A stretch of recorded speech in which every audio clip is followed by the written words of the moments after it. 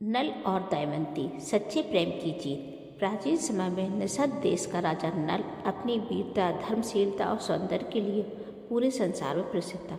उसके समान रूप, स्वभाव और पराक्रम वाला कोई दूसरा राजा नहीं था, परंतु उसके हृदय में बसती थी एक ऐसी कोमलता जिसे जानने वाला शायद ही कोई था। उसके भीतर छिपा प्रेम, उसका मधुर मन। उधर विदर्भ देश के राजा भीम की पुत्री दमयंती थी। अद्वितीय सुंदरी, तेजस्विनी, करुणा और सौम्यता का अनूठा संगम। उसके रूप की छवि देवताओं तक पहुंची हुई थी। स्वर्ग में भी उसकी तुलना किसी अप्सरा से की जाती थी, लेकिन एक दिन जो हुआ उसने इस प्रेम कथा को अमर बना दिया। एक शाम नल राजा अपने उद्यान में पक्षियों को दाना डाल रहे थे, तभी दो हंस आए। नल के सौम्य व्यवहार से प्रभावित होकर एक हंस बोला, राजन, दुनिया में अगर कोई आपकी सुंदरता और गुणों की योग है तो वह केवल विदर्भ की राजकुमारी दमयंती ही है। नल ने मुस्कुराकर पूछा, क्या मुझसे भी अधिक रूपवान है?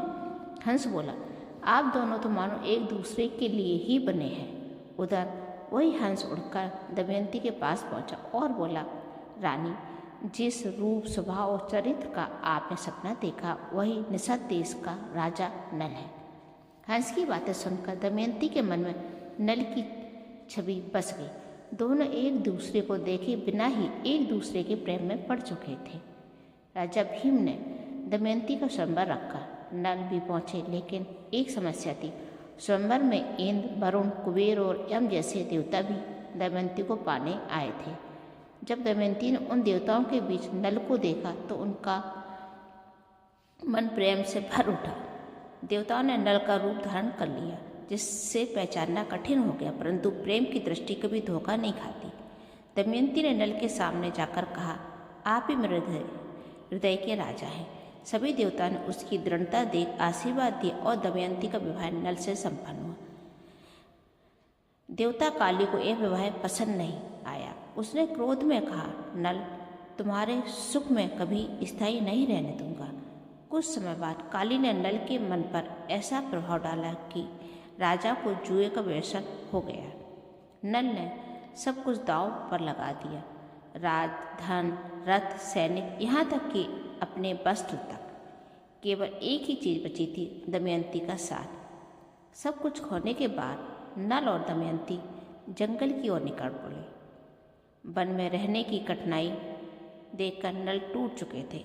एक रात कालिक प्रभाव में आकर नल दमयंती को सोती छोड़कर अकेले निकल गए, लेकिन जाने से पहले उन्होंने उसे डसने वाले सर्पों से बचाने के लिए एक ही वस्त्र के 2 हिस्से किए और उसके समीप छोड़ दिए।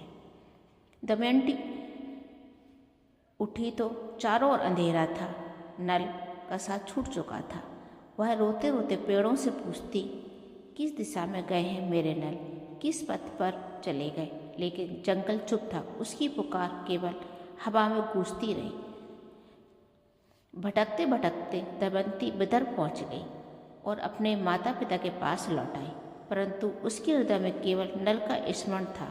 अपने स्वप्न में देवताओं से प्रार्थना की, बस एक बार मेरे नल को मेरे पास लौटा दीजिए। उधर नल वन में एक नाग को बचाते हैं। वह नाग असल में करकोटक था। उसने नल से कहा, राजन, मैं आपको ऐसा रूप दे दूंगा जिससे काली आपसे अलग हो जाए। और उसने नल को क्रूप बना दिया ताकि काली उनके शरीर से निकल जाए। नल नए नाम बहूक के रूप में अयोध्या के राजा ऋतुदर्भ के यहाँ रसोइया बन गए, परंतु कला चाहे कितनी छिपाई जाए, नल का घोड़ा चलाने का कौशल छिप ना सका। दमयंती को जब पता चला कि कोई अद्भुत रसोइया असल में नल हो सकता है, तो उसने एक संदेश भेजा, दमयंती का दूसरा स्वयंवर होने वाला है। यह सुनते ही नल का हृदय तड़प उठा। वह ऋतुदर्भ को लेकर विदर्भ पहुंचे। जब दमयंती ने बहू को देखा तो उसके हृदय से उसे पहचान लिया।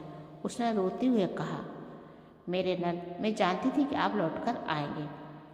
करकोटक के दिए वरदान से नल का असली रूप वापस आ गया। दमयंती ने नल का हाथ पकड़ते हुए कहा, अब हम कभी अलग नहीं होंगे।